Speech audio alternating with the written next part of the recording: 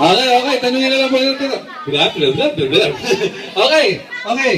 May tatlo po akong mga kabataan na nandito. Anong mga age po ninyo at pangalan? 1-year-old po. 10 po, Lara Badiola. Ryan Kim C. Bernal po, 11 years old. 11 years old po, Beverly Reyes. And ang Chef Larissa, 2 years old. Yan. Okay, ito po yung question. Ano na po nung nagawa natin for GK? Nagtulong po kami dun po sa pagpasapasahan po ng hollow blocks. Saka po, nagkuha po kami ng mga tanim para po itanim. Okay, ano po ba ang ginagawa natin dito? Anong ginagawa natin? Bakit tayo nagpapasahan ng hollow blocks? Bakit po tayo nagpapasahan ng hollow blocks? Para kanino po itong bahay na to? Para po sa mga tao po dito sa San Lorenzo Ruiz. Yun! Okay, last question ate. Last question.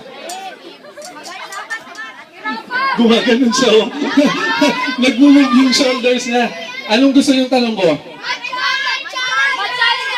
Wow, Math Challenger. Oh, 42 times 1. Okay. Kahirap ba? Okay, ito na lang. Last question ha. Ready? Pinapahirap talaga no? Nag-iisip ako Nag-a-adlib ako para makapag-isip. Kasi baka sagutin ako mas matalino sa akin, mapahiya ako. Hirap, no? Ang hirap mag-go. Gaano ka po kasaya habang tumutulong sa kapwa? Ano po?